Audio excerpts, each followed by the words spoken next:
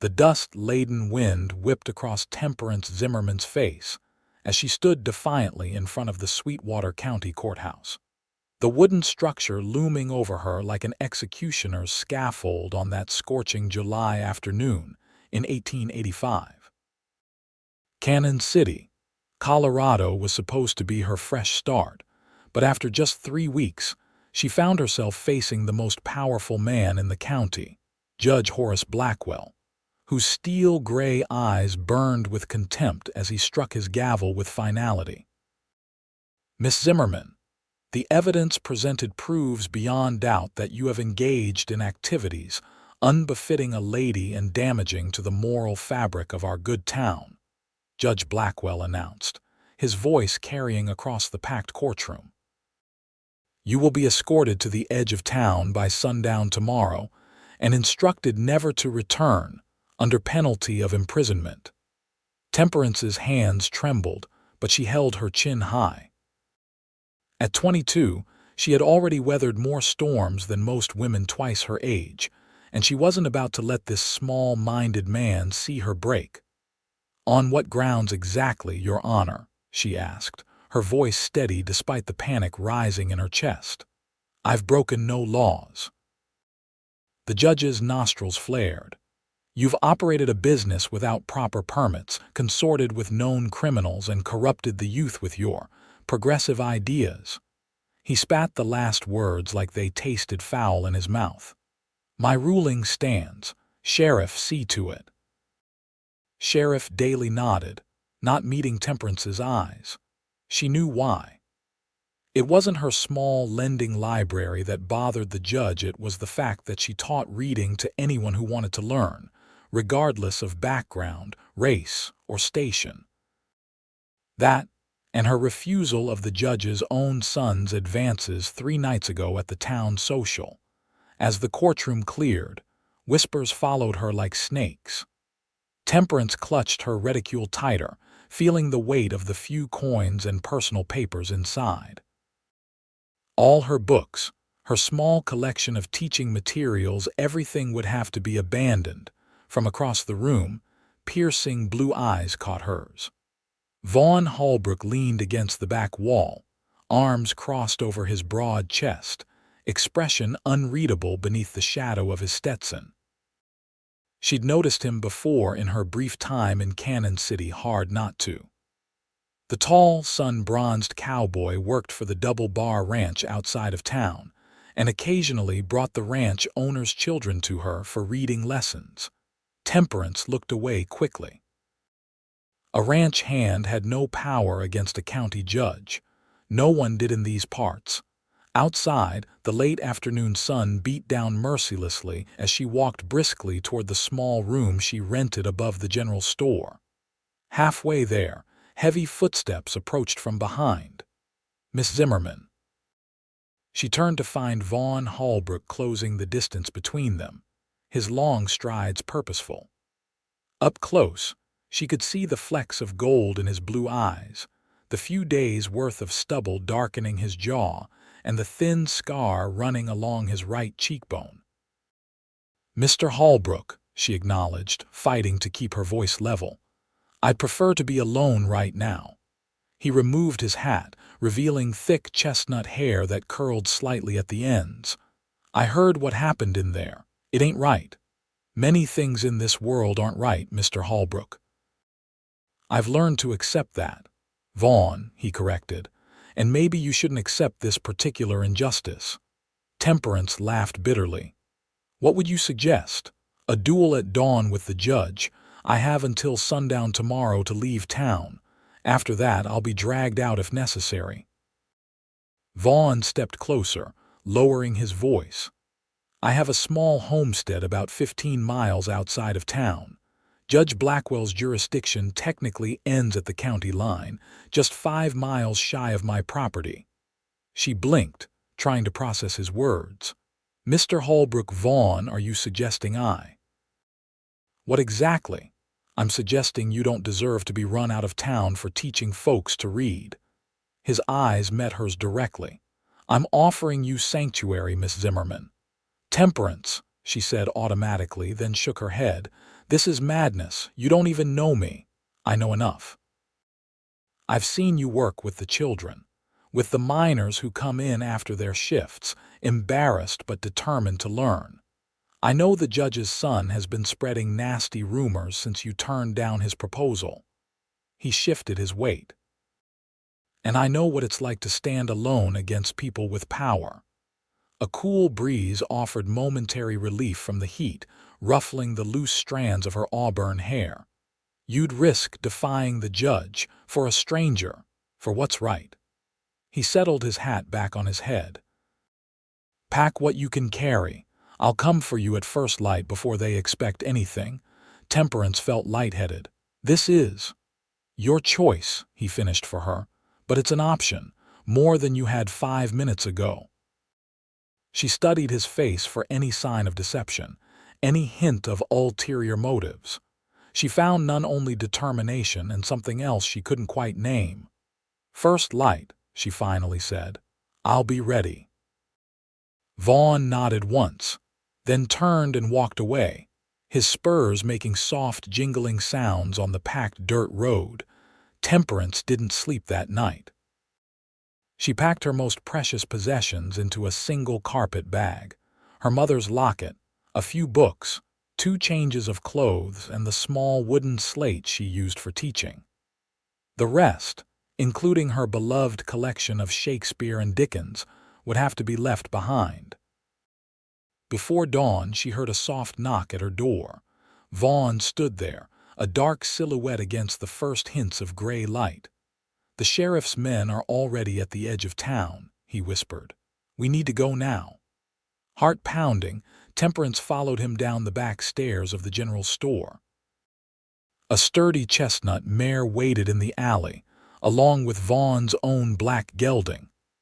Can you ride astride? He asked, already knowing they couldn't risk a side-saddle escape. Yes, she answered, grateful for her childhood on her father's small farm before his death had forced her to make her own way in the world. Vaughn helped her mount, then swung up onto his own horse. We'll ride north, then circle back east toward my place.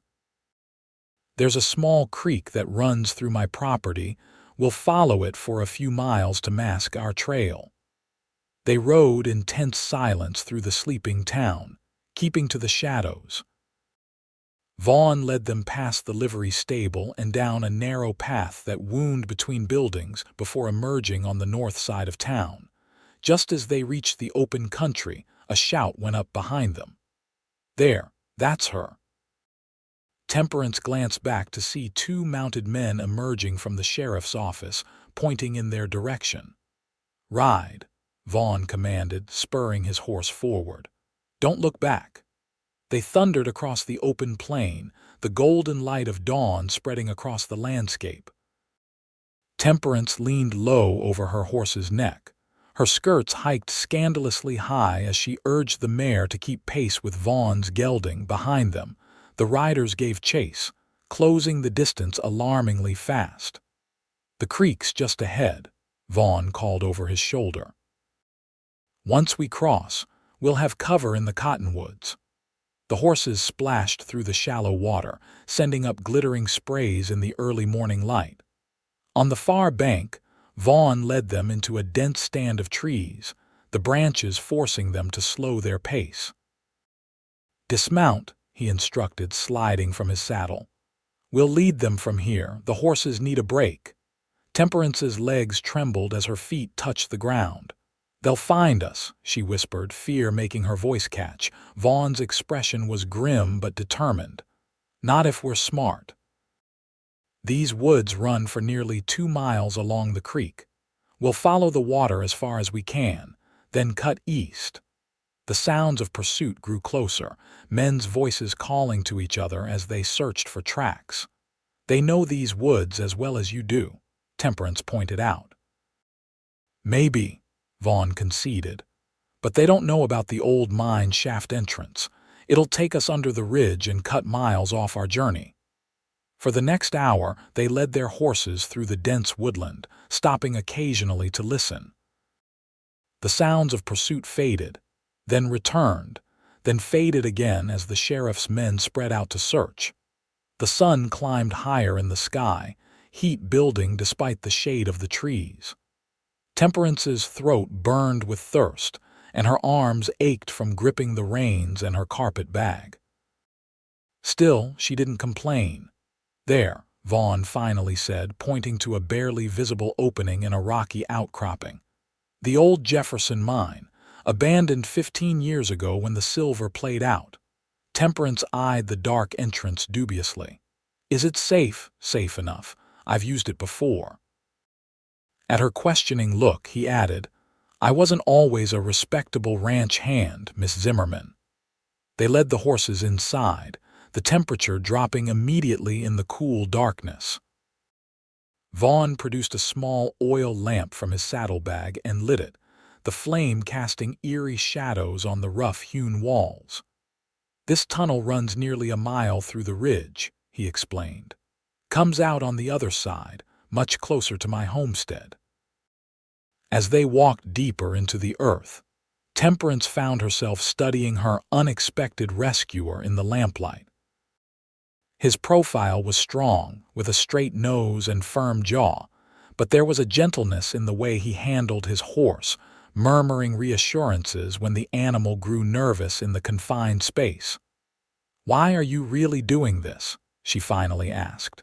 "The truth, please." Vaughn was silent for so long she thought he might not answer. "3 years ago, my sister was in a situation not unlike yours," he eventually said, his voice echoing softly in the tunnel. "New town, no family to stand by her. The local magistrate took a fancy to her, wouldn't take no for an answer. When she refused him, he accused her of theft." Temperance felt a chill that had nothing to do with the cool air of the mine. "What happened to her?" No one stood up for her. His voice was flat. "She was sentenced to 6 months in a women's reformatory. 3 weeks in, she took her own life." "I'm so sorry," Temperance whispered. "I wasn't there when Elizabeth needed me," Vaughn continued. "I was working a cattle drive in Texas. By the time I got word and made it back, it was too late." He turned to look at her, the lamplight making his eyes seem to glow. "I won't stand by again while some powerful man destroys a woman's life because she dared to defy him." The simple, raw honesty of his words struck Temperance deeply. She reached out impulsively to touch his arm. "Thank you." They continued in silence, the only sounds the soft footfalls of their boots and the occasional snort from the horses. After what seemed an eternity in the dim passageway, Temperance detected a brightening ahead. "Almost there," Vaughn confirmed. The tunnel exit opened onto a small clearing surrounded by pine trees, the sunlight momentarily blinding after the darkness. Vaughn extinguished the lamp and helped Temperance mount her horse again. "We're about 5 miles from my place now," he said. "We should be safe, but let's not dawdle." They rode through rolling hills dotted with pines and aspens, the land growing more rugged as they went. Finally, they crested a ridge and Vaughn reined in his horse. "There it is," he said, a note of pride in his voice. "Not much, but it's mine." Below them lay a small valley, through which ran the same creek they'd crossed earlier. A modest cabin stood near the water with a barn and corral beside it. A small garden plot was visible, and beyond it, a meadow where a dozen or so cattle grazed. "It's beautiful," Temperance said sincerely. After the tension of their escape, the peaceful scene before her seemed like paradise. They rode down to the cabin, where Vaughn dismounted and helped Temperance from her horse.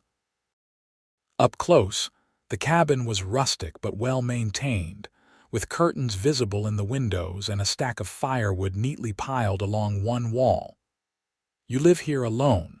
she asked, suddenly aware of the implications of her situation. "I do," he confirmed, then gestured to a smaller structure about 50 yards from the main cabin. "But you'll stay in the old springhouse. I converted it to a small bunkhouse last year, thinking I might hire help during calving season." Relief flooded through her, followed quickly by shame at having doubted his intentions. "Thank you," she said again, feeling the words were woefully inadequate. Vaughn took the horses to the barn while Temperance explored what would be her new home. The spring house was simple, one room with a narrow bed, a small table and a chest for storage. But it was clean, with a window that overlooked the creek and a small stone fireplace for warmth. When Vaughn returned, he carried a bundle of supplies, blankets, towels, and a basket of food. "It's not much," he said, setting them down, "but it'll do for now. You must be hungry." Temperance suddenly realized she hadn't eaten since the previous afternoon. "Starving, actually. I'll make us something at the main cabin. You can wash up at the creek if you'd like. There's soap in that basket, and I'll bring you hot water for a proper bath later." Left alone, Temperance sat on the edge of the bed, the reality of her situation finally sinking in. She was a fugitive, dependent on the kindness of a man she barely knew, miles from anywhere. And yet, for the first time in weeks, she felt safe. She washed quickly in the creek, the cold water refreshing after their long journey. Changing into her one clean dress, she made her way to the main cabin, where delicious smells greeted her. Vaughn had set the small table with plates of beans, bacon, and biscuits. A pot of coffee bubbled on the iron stove. "I'm no fancy cook," he said, pulling out a chair for her, "but it's hot and there's plenty of it. It looks wonderful." Temperance sat down, suddenly ravenous. They ate in companionable silence for a few minutes before she spoke again. "What will happen now? The sheriff will surely guess where I've gone." Vaughn nodded. "Likely so. But as I said, we're outside Blackwell's jurisdiction here. This is Fremont County, not Sweetwater. Sheriff Daly has no authority here. But the Fremont County Sheriff might cooperate with him. Sheriff Wilson is a fair man, and more importantly, he owes me a favor." At her questioning look, he elaborated, "I helped his son when his wagon broke down in a blizzard last winter. Got him home safe when others wouldn't venture out in the storm. So we just wait. Hope they give up looking for me." Vaughn set down his fork. "For now, yes. Give it time for the judge's anger to cool. These things have a way of resolving themselves eventually." Temperance wasn't so sure, but she had few options. "What about your work at the double bar? Won't they miss you?" "I sent word with a passing rider this morning that I'd be taking some personal time. Mr. Donovan is a good boss, he won't ask questions." He refilled her coffee cup. "Besides, I mainly do breaking and training for them. Most of that work is done until fall roundup." After dinner, true to his word, Vaughn brought a large copper tub to the spring house, along with several buckets of hot water. The luxury of a proper bath after their harrowing day brought tears to Temperance's eyes. That night, exhausted but clean, she lay on the narrow bed listening to the soothing sound of the creek outside her window. Despite everything, sleep came easily. The next morning, Temperance awoke to birdsong and sunlight streaming through the window. For a moment, she was disoriented, then the events of the previous day came flooding back. She dressed quickly and stepped outside. Vaughn was already at work, chopping wood near the barn. He'd removed his shirt in the morning heat, and Temperance found herself momentarily transfixed by the play of muscles across his back and shoulders as he swung the axe. She cleared her throat, and he turned, wiping sweat from his brow. "Good morning," he greeted her, reaching for his shirt. "Sleep well, better than I expected," she admitted. "What can I do to help around here?" He seemed surprised by the question. "You don't need to, please," she interrupted. "I can't just sit idle while you work. I need to earn my keep." Vaughn studied her for a moment, then nodded. "The garden could use some tending, and I wouldn't say no to help with the cooking." Over the next few days, they fell into an easy routine. Temperance worked in the garden, gathered eggs from the small hen house, and took over most of the cooking. Vaughn tended the cattle, repaired fences, and continued the never-ending work of maintaining the homestead. In the evenings, they would sit on the porch of the main cabin, watching the sunset paint the western sky in brilliant hues of orange and pink. Sometimes they talked about books Vaughn, it turned out, was surprisingly well-read for a cowboy, about their childhoods, his in Missouri, hers in Pennsylvania, about their dreams. Sometimes they simply sat in comfortable silence, each content with the other's company. A week passed with no sign of pursuit from Cannon City. Temperance began to hope that perhaps Judge Blackwell had indeed decided to let the matter drop. Then, on the 8th day, Vaughn returned from checking his fence line with grim news. "Riders coming up from the south," he said, striding into the kitchen where Temperance was kneading bread dough. "4 of them. I recognized Sheriff Daly's horse." Temperance's hands stilled, fear clutching at her throat. "How far? They'll be here within the hour." He moved to a trunk in the corner, opening it to reveal a rifle and shotgun. "I want you to go to the spring house and stay there. Lock the door." "I won't hide while you face them alone," she protested. Vaughn loaded the shotgun, his movements efficient and practiced. "Temperance, please. I can handle this better if I'm not worrying about you." The use of her first name, which he rarely spoke aloud, convinced her more than his arguments. She wiped her hands on her apron, leaving streaks of flour. "Be careful." In the spring house, Temperance paced the small room, occasionally peeking out the window toward the main cabin. She saw Vaughn standing on the porch, shotgun held casually but visibly, as 4 riders approached. She couldn't hear their conversation, but she could see the tension in Vaughn's posture, the way Sheriff Daly gestured emphatically. After what seemed an eternity, the sheriff dismounted and followed Vaughn into the cabin.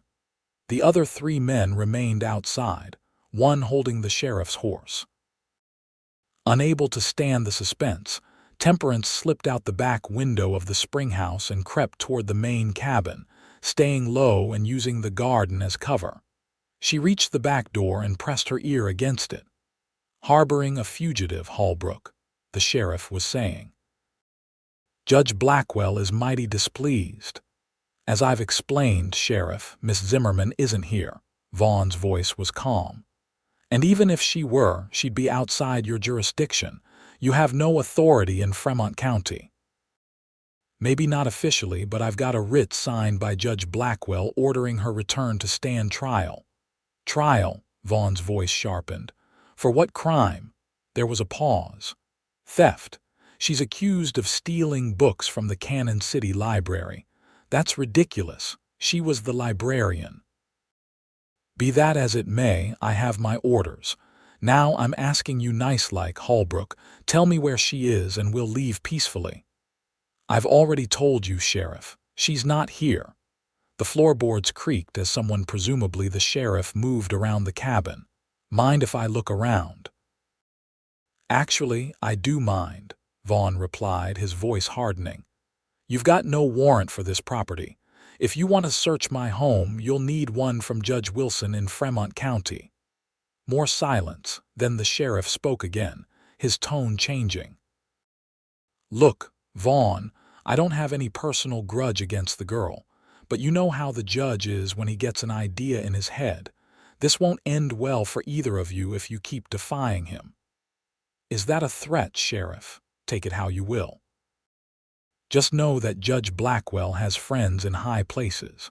He can make life very difficult for a small rancher like yourself." Temperance's heart pounded so loudly she was certain they must hear it through the door. She backed away slowly, intending to return to the spring house before anyone discovered she was gone. As she turned, her foot caught on a root, and she stumbled, falling against a stack of firewood with a loud crash. The back door flew open instantly, revealing Sheriff Daly with his hand on his holster. "Well, well," he drawled, looking down at her. "Looks like you weren't being entirely truthful, Holbrook." Vaughn appeared behind him, his expression unreadable. "She's my guest, Sheriff, not a prisoner." Sheriff Daly looked between them, then called out to his men. "Found her, boys. Around back." The three deputies quickly appeared, surrounding Temperance. One of them, a burly man with a scar across his chin, grabbed her arm roughly. "Let go of her." Vaughn's voice was deadly quiet as he raised the shotgun. Everyone froze. "Now, Vaughn," the sheriff said cautiously, "don't do anything foolish. You can't win this." "I won't let you take her," Vaughn replied. "Not without a proper warrant from a Fremont County judge." Sheriff Daly sighed. "Boys, we're going to have to do this the hard way." Before anyone could move, the thunder of approaching hooves drew their attention. A rider appeared, pushing his horse hard up the trail toward the cabin. "Sheriff," the newcomer called out. "Sheriff Daly." The sheriff turned, clearly annoyed at the interruption. "What is it, Parker?" The young deputy reined in his lathered horse, breathing hard. "Telegram from Judge Wilson, sir. You're to cease and desist immediately." "What?" The sheriff snatched the paper from the deputy's outstretched hand, reading it quickly. His face darkened. "This is outrageous." "What does it say?" Vaughn asked, not lowering his shotgun. Sheriff Daly crumpled the telegram in his fist. "Judge Wilson has granted Miss Zimmerman temporary sanctuary pending a proper hearing. We're ordered to return to Cannon City immediately." Relief washed over Temperance, making her knees weak. The burly deputy released her arm, stepping back with obvious reluctance. "This isn't over," Sheriff Daly warned, pointing a finger at Vaughn. "Judge Blackwell won't stand for this interference." "Perhaps not," Vaughn agreed. "But for now, you and your men will leave my property. Immediately." The sheriff glared at him for a long moment, then turned abruptly. "Mount up, boys. We're heading back." They watched as the 5 riders departed, dust rising behind them as they rode south toward Cannon City. "How did Judge Wilson know?" Temperance asked when the riders were out of sight. Vaughn set the shotgun aside. "I sent word to him the day we arrived." Explained the situation, asked for his protection. He smiled slightly. "As I said, he owes me a favor, and he just agreed to help without even meeting me. Wilson's a fair man, and he's had his own run-ins with Judge Blackwell over jurisdictional disputes." Vaughn's expression grew serious. "But the sheriff's right about one thing: this isn't over. Blackwell won't give up easily." Temperance sank onto the porch steps, suddenly exhausted. "What do we do now?" Vaughn sat beside her, close enough that she could feel the warmth of him, though they weren't touching. "We wait for the hearing. Judge Wilson will want to see you in person, hear your side of the story. And if he rules against me, he won't," Vaughn said with certainty. "But if he did, well, California's a long way from Colorado. A person could disappear there, start fresh." The idea was simultaneously terrifying and exhilarating. "You've thought about this a lot." He met her gaze directly. "I have. I meant what I said, Temperance. I won't let them take you." Something in his eyes made her breath catch. "Why do you care so much? Beyond your sister, I mean." "You barely know me." Vaughn was quiet for a long moment, looking out over his land as the late afternoon sun gilded everything in golden light. "Maybe I don't know everything about you," he finally said. "But I know enough. I know you're brave and kind.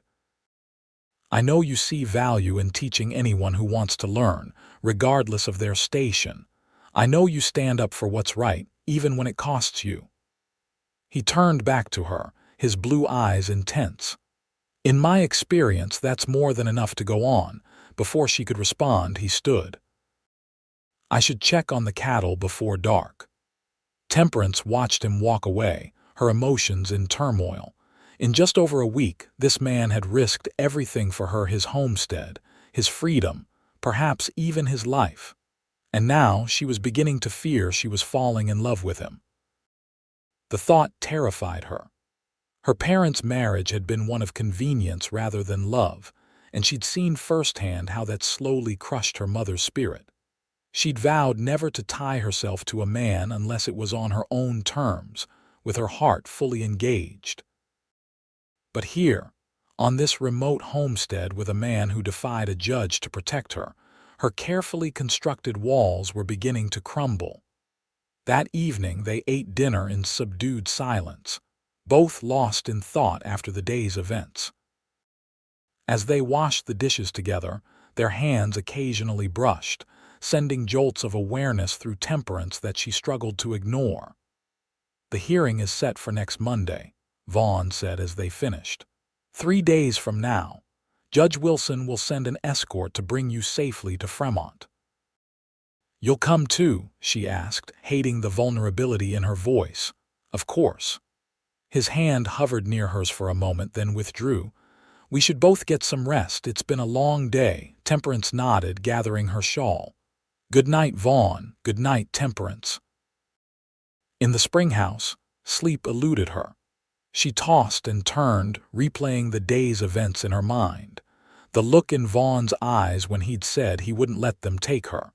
The quiet strength he'd shown facing down the sheriff. The gentle way he'd spoken her name. Outside, the moon rose, casting silver light across the valley. Temperance got up and went to the window, watching as the shadows of clouds moved across the landscape. In the distance, an owl called, its lonely cry echoing through the night. A soft knock at the door startled her. She wrapped her shawl more tightly around her nightdress and opened it to find Vaughn standing there, his expression troubled. "I'm sorry to disturb you," he said. "I saw the light and thought you might be having trouble sleeping too." "Too many thoughts," she admitted. "Come in if you'd like." He hesitated, then stepped inside, remaining near the door. In the confined space of the spring house, his presence seemed to fill the room. "I've been thinking," he began, then stopped, running a hand through his hair. "About what happens after the hearing." Temperance sat on the edge of the bed, her heart hammering. "You mentioned California."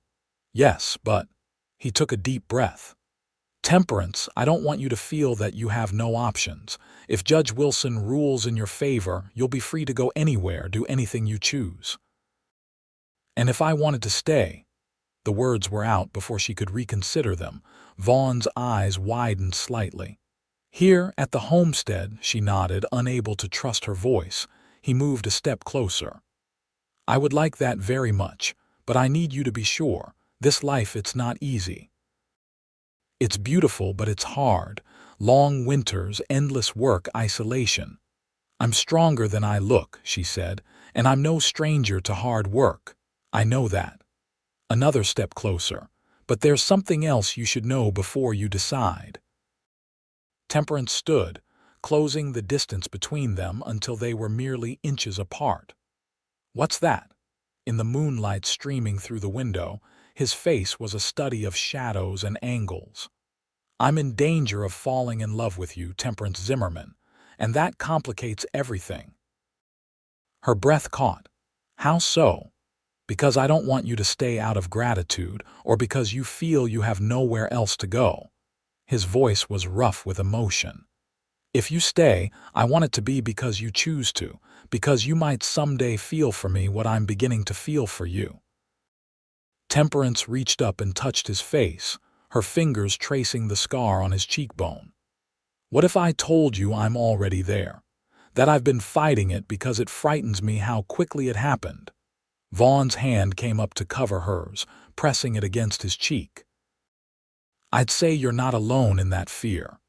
For a long moment they stood there, the air between them charged with unspoken emotions. Then, slowly, Vaughn lowered his head, giving her every opportunity to pull away. She didn't. His lips met hers with gentle restraint that quickly gave way to hunger as she responded, rising on her toes to press closer. His arms encircled her waist, lifting her slightly off the ground as the kiss deepened. When they finally broke apart, both breathless, Vaughn rested his forehead against hers. "I should go," he whispered, though he made no move to release her. "You should," she agreed, her fingers threading through the hair at the nape of his neck. With visible reluctance, he stepped back. "The hearing. We should focus on that first, then we'll have time to figure this out." Temperance nodded, though every fiber of her being wanted to pull him back to her. "You're right." At the door, he paused, looking back at her with such longing it made her heart ache. "Good night, Temperance." "Good night, Vaughn." After he left, Temperance returned to the window, watching as he walked back to the main cabin, his stride long and purposeful in the moonlight. For the first time in years, she allowed herself to imagine a future with someone by her side, a partner, an equal. The next 2 days passed in a blur of anticipation and preparations for the hearing. Vaughn rode to the nearest town for supplies, returning with a new dress for Temperance to wear before the judge, a simple but elegant blue calico that matched her eyes. "You shouldn't have," she protested when he presented it to her. "You need to look respectable for the hearing," he explained. "First impressions matter with Judge Wilson." On Sunday evening, they sat on the porch watching the sunset, shoulders touching as they rocked gently in the swing Vaughn had hung from the rafters. "Are you nervous about tomorrow?" he asked. "Terrified," she admitted, "but also hopeful." She leaned her head against his shoulder. "Whatever happens, I want you to know how grateful I am for everything you've done." Vaughn's arm came around her, pulling her closer. "No gratitude needed. I'd do it all again in a heartbeat." They sat in comfortable silence as the first stars appeared in the darkening sky. Neither mentioned the kiss they had shared, but it hovered between them, a promise of possibilities once the hearing was behind them. Monday morning dawned clear and cool. Temperance dressed carefully in the new blue dress, arranging her auburn hair in a simple but neat style. She packed a small bag with essentials, unsure how long the proceedings might take. At precisely 9 o'clock, a buggy appeared on the trail leading to the homestead. A middle-aged man in a neat suit drove, with a deputy sheriff riding alongside on horseback. "Mr. Lawrence," Vaughn greeted the driver, shaking his hand. "Thank you for coming." "Judge Wilson's orders," the man replied. "He wants Miss Zimmerman brought to Fremont with all due respect." He tipped his hat to Temperance. "Madam." The journey to Fremont took most of the morning. Temperance sat beside Vaughn in the back of the buggy, their hands occasionally brushing as they swayed with the motion of the vehicle. Neither spoke much, each lost in their own thoughts about what lay ahead. Fremont proved to be larger than Cannon City, with brick buildings lining the main street and a proper courthouse dominating the town square. Mr. Lawrence drove them directly there, helping Temperance down from the buggy with formal courtesy. "Judge Wilson will see you immediately," he explained, leading them up the courthouse steps. Inside, the courtroom was cool and quiet, sunlight streaming through tall windows. A few spectators sat in the back, rows local citizens curious about the case that had created such a stir between the two counties. Judge Wilson was a surprise. Temperance had expected another stern-faced, white-haired man like Judge Blackwell. Instead, she found herself facing a trim, dark-skinned man of about 50, with intelligent eyes and a carefully trimmed beard showing hints of gray. "Miss Zimmerman," he greeted her with a nod. "Mr. Holbrook, please be seated." As they took their places at the front of the courtroom, the doors opened again to admit Sheriff Daly, and a thin, severe-looking man in an expensive suit, whom Temperance recognized as Judge Blackwell's legal representative, Mr. Harrison. "Sheriff, Mr. Harrison," Judge Wilson acknowledged them. "I see Judge Blackwell couldn't attend personally." "He sends his regrets," Harrison replied smoothly. "Pressing matters in Sweetwater County required his presence." "No doubt." The judge's dry tone suggested he didn't believe a word of it. "Well, let's proceed." This hearing will determine whether Miss Temperance Zimmerman is to be returned to Sweetwater County to face charges, or whether she shall remain under the protection of Fremont County. He looked directly at Harrison. "State your case, sir." For the next hour, Harrison presented the charges against Temperance: theft of library books, corrupting youth with inappropriate literature, operating without proper permits, and resisting lawful authority. With each accusation, Vaughn's jaw tightened, but he remained silent as the judge had instructed. When Harrison finished, Judge Wilson turned to Temperance. "Miss Zimmerman, do you wish to respond to these charges?" She stood, hands trembling slightly but voice steady. "Yes, Your Honor." "I did not steal any books. I was employed as the town librarian and reading teacher. The books in question were my personal property, brought with me to Cannon City to supplement the town's limited collection. Can you prove ownership?"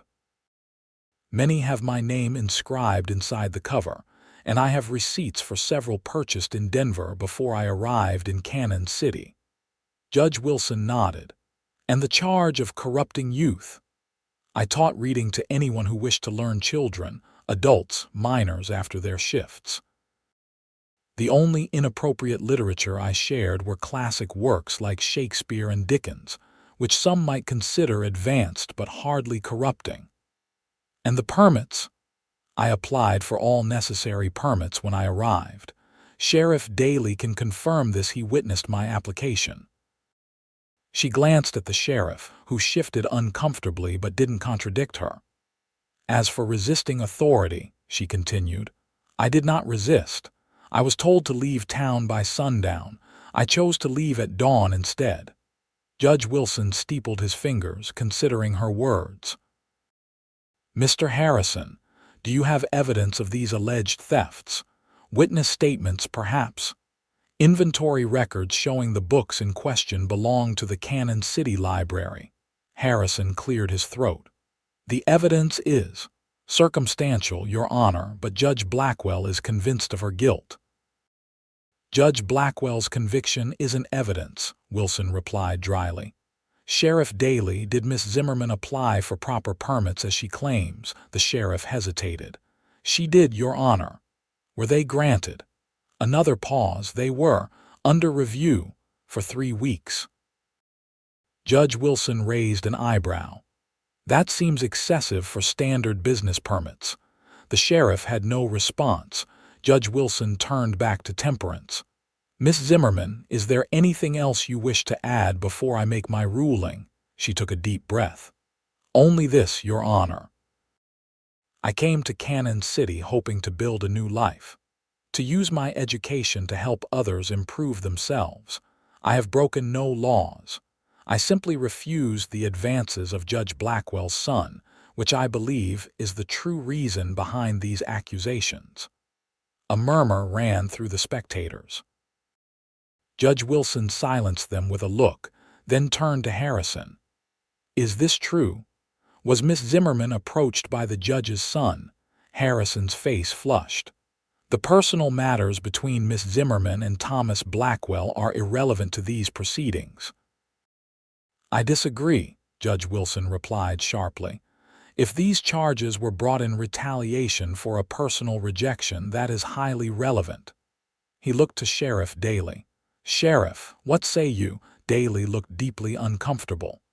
"Thomas did show interest in Miss Zimmerman. He was displeased when she declined his proposal." Judge Wilson nodded, as if this confirmed something he'd already suspected. "I've heard enough." He straightened in his chair. "Based on the evidence, or rather, the lack thereof presented here today, I find no basis for the charges against Miss Temperance Zimmerman. The accusations appear to be retaliatory in nature rather than founded in law." He struck his gavel once. "Miss Zimmerman is hereby granted full protection under Fremont County law. She is free to remain here or to travel wherever she wishes, without interference from Sweetwater County authorities." He fixed Sheriff Daly with a stern look. "Is that understood, Sheriff?" Daly nodded reluctantly. Yes, Your Honor. Furthermore, Judge Wilson continued, I will be writing to the territorial governor regarding Judge Blackwell's abuse of authority in this matter. He turned to Temperance. Miss Zimmerman, you are free to go. My apologies for the ordeal you've been subjected to. Relief swept through Temperance like a physical wave. She felt Vaughn's hand close over hers under the table, squeezing gently. Thank you, Your Honor, she managed to say.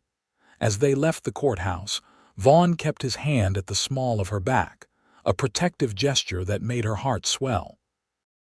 Outside, the afternoon sun was bright, the air sweet with the scent of nearby lilacs. It's over, she breathed, hardly able to believe it. Vaughn's smile was radiant. I told you Judge Wilson was a fair man. Mr. Lawrence approached, hat in hand. Judge Wilson suggested you might want to celebrate your victory. He's arranged for rooms at the hotel if you'd care to stay in town tonight. Temperance looked at Vaughn, a question in her eyes. That would be most appreciated, Vaughn told Lawrence. Please convey our thanks to the judge. The Grand Hotel lived up to its name, at least by frontier standards. The rooms were clean and comfortable, with real glass in the windows and proper beds with feather mattresses. After freshening up, Temperance met Vaughn in the hotel dining room, where he'd secured a table near the window. He stood as she approached, his eyes widening appreciatively at the sight of her in the blue dress, her hair arranged more elaborately than usual for the special occasion. You look beautiful, he said as he held her chair. Thank you. She smiled up at him. For everything. The meal was the finest either had enjoyed in months: roast beef, fresh vegetables, apple pie with real cream. They lingered over coffee, talking quietly about the hearing, about Judge Wilson's fairness, about their relief that the ordeal was behind them. Neither mentioned the future, or the kiss they had shared, or the feelings growing between them. Not yet. After dinner, they strolled through the small town, enjoying the novelty of gaslit streets and the bustle of people. At the general store, still open despite the late hour, Vaughn purchased a small package that he tucked into his pocket before Temperance could see what it contained. Back at the hotel, they paused at the foot of the stairs that would lead to their separate rooms. Would you join me on the veranda for a while? Vaughn asked. It's a beautiful night. The hotel's wide porch offered a view of the mountains to the west, still capped with snow despite the summer heat in the valley. They sat in rocking chairs, watching as the last light faded from the sky and stars appeared one by one. What will you do now? Vaughn finally asked, breaking the comfortable silence. Now that you're truly free? Temperance considered the question. I'm not sure. I could go back to teaching, perhaps, find another town in need of a schoolmistress. You could, he agreed, his voice carefully neutral. Or, she turned to look at him. Or, Vaughn reached into his pocket and withdrew the small package he'd bought earlier. I had planned to wait to give you time to be sure, but today made me realize that life is uncertain and opportunities shouldn't be wasted. He handed her the package. Inside, nestled in a bed of cotton, was a simple silver ring set with a small, perfect sapphire. It's not much, he said softly. But it matches your eyes. Temperance stared at the ring, then at him, her heart hammering in her chest. Vaughn. He knelt before her chair, taking her hands in his. I know it's fast, too fast perhaps, but I've never been more certain of anything in my life, Temperance. These past weeks have shown me the kind of woman you are: brave, principled, kind. I love you, and if you'll have me, I want to spend my life with you. Tears filled her eyes. You hardly know me. I know enough, he repeated the words he'd said to her that day on the porch. The rest, we'll discover together.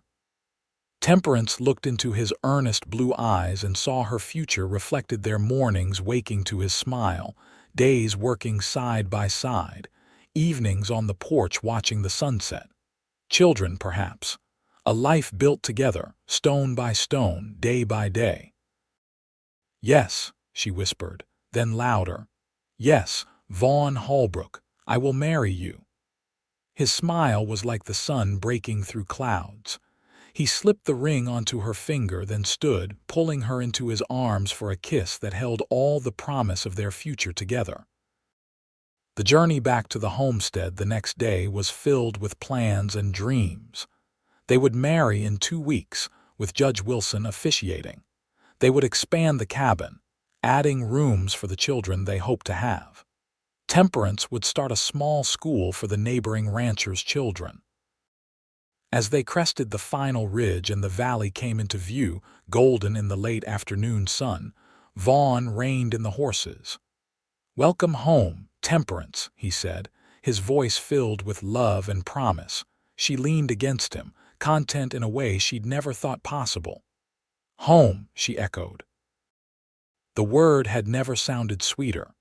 2 weeks later, on a perfect summer morning, Temperance Zimmerman became Mrs. Vaughn Holbrook in a simple ceremony at the Fremont courthouse.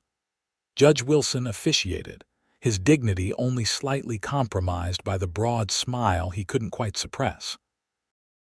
"By the authority vested in me by the territory of Colorado," he proclaimed, "I now pronounce you husband and wife."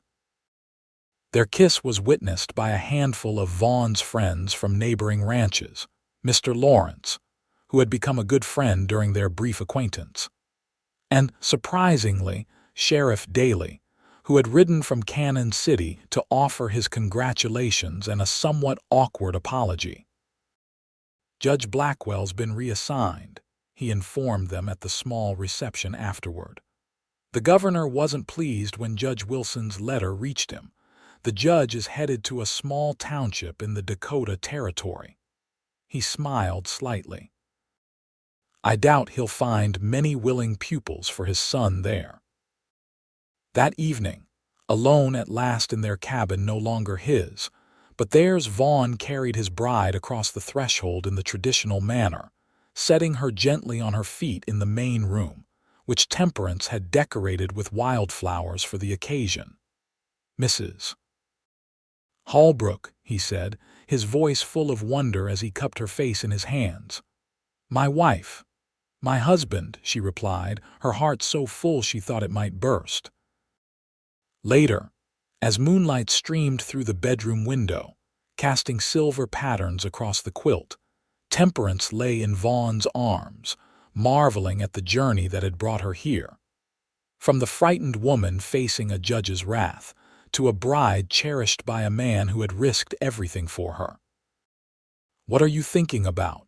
Vaughn asked, his fingers tracing lazy patterns on her bare shoulder.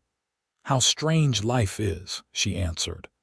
"If Judge Blackwell hadn't ordered me out of town, if you hadn't been in that courtroom that day, I'd like to think we would have found each other anyway," he said.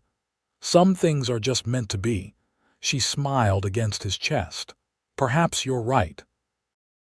As they drifted toward sleep, Temperance thought about the future stretching before them, a future they would build together, day by day, season by season.